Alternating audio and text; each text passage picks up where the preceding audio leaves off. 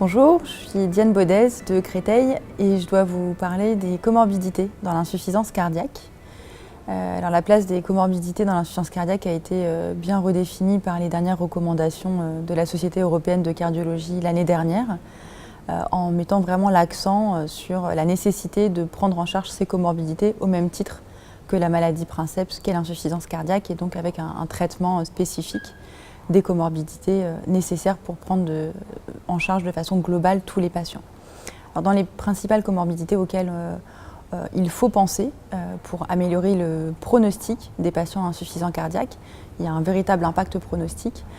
En premier lieu, on pense aux comorbidités qui sont assez facilement connues, par exemple la BPCO ou l'asthme, les maladies pulmonaires qui peuvent être associées à l'insuffisance cardiaque. Les principales choses à savoir les concernant, c'est que, évidemment, elles sont fréquemment associées à l'insuffisance cardiaque, elles peuvent rendre son diagnostic difficile, mais surtout, elles ne doivent pas entraver le traitement d'insuffisance cardiaque, notamment les bêta-bloquants, qui ont comme l'asthme comme contre-indication, mais seulement comme contre-indication relative, tandis que la BPCO n'est pas une contre-indication aux bêta-bloquants, même si on préférera des bêta-bloquants plus cardiosélectifs,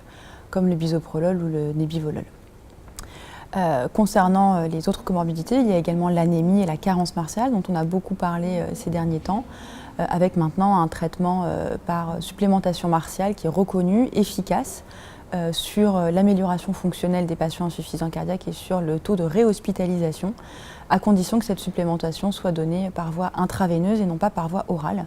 avec des critères qui sont très clairs, une ferritine inférieure à 100 ou inférieure à 300 associée à un coefficient de saturation inférieur à 20%, ce qui définit en fait la carence fonctionnelle. Il faut bien sûr rechercher une cause de saignement pour un traitement étiologique, mais ça n'empêche pas le bénéfice de la supplémentation. Dans les autres comorbidités qui ont beaucoup fait parler d'elles l'année dernière, il y a évidemment le syndrome d'apnée du sommeil, avec cette étude Servachev qui a montré une surmortalité parmi les patients insuffisants cardiaques avec une fraction d'éjection inférieure à 35% qui souffraient d'un SAS central et qui étaient traités par ventilation auto-asservie.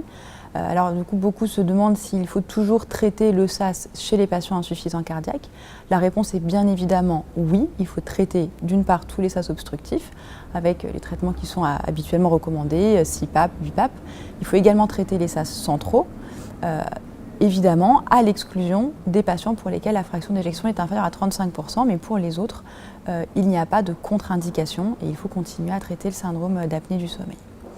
La dépression a également été une comorbidité dont on a pas mal parlé, avec là encore un impact pronostique qui a été mis en évidence, même si pour l'instant il n'y a pas de traitement reconnu qui améliore le pronostic de ces patients, et on peut surtout recommander les ISRS et à l'inverse contre-indiquer les tricycliques dans le traitement de la dépression des patients insuffisants cardiaques.